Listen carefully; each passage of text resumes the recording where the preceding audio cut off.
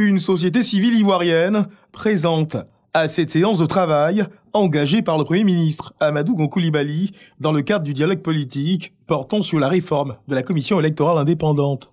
En demandant au gouvernement d'ouvrir les présentes discussions avec aussi bien les partis politiques que la société civile, le président de la République, son Excellence M. Alassane Ouattara, confirme bien son engagement et sa détermination à faire du dialogue politique un axe essentiel de son action, dont l'objectif ultime est donc d'approfondir la démocratie dans notre pays en vue de consolider la paix et la cohésion sociale.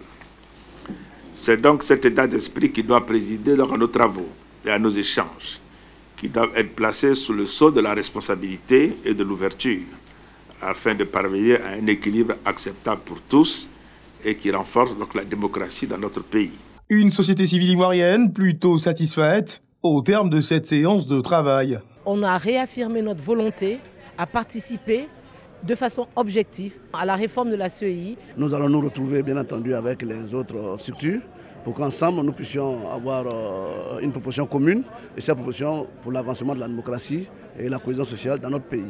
Le Premier ministre Amadou Gon Coulibaly a également échangé avec une importante délégation de l'Union européenne, toujours dans le cadre du dialogue politique, rappelant les acquis importants obtenus grâce aux liens de coopération qui existent entre la Côte d'Ivoire et l'Union européenne.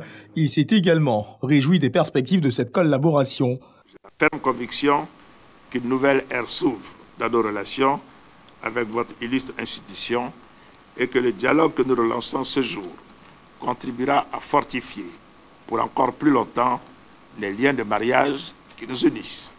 La question de la réforme de la commission électorale indépendante a été également abordée. On a vu avec grande satisfaction que le gouvernement a lancé le processus de consultation le 21 janvier. Nous, on n'exige aucun format pour la CEI. Et je l'ai dit aujourd'hui aussi, mais on voudrait bien que finalement on arrive à un système qui est acceptable et qui inspire la confiance. Et c'est ce que le Premier ministre disait aussi. Et c'est ça le but. Et je crois qu'on partage ces buts qui étaient exprimés par le Premier ministre entièrement. Comment donc rendre plus dynamique cette coopération Union européenne-Côte d'Ivoire? Comment unir leurs forces pour garantir la stabilité de la Côte d'Ivoire en 2020? Les sujets principaux abordés au cours de leurs échanges.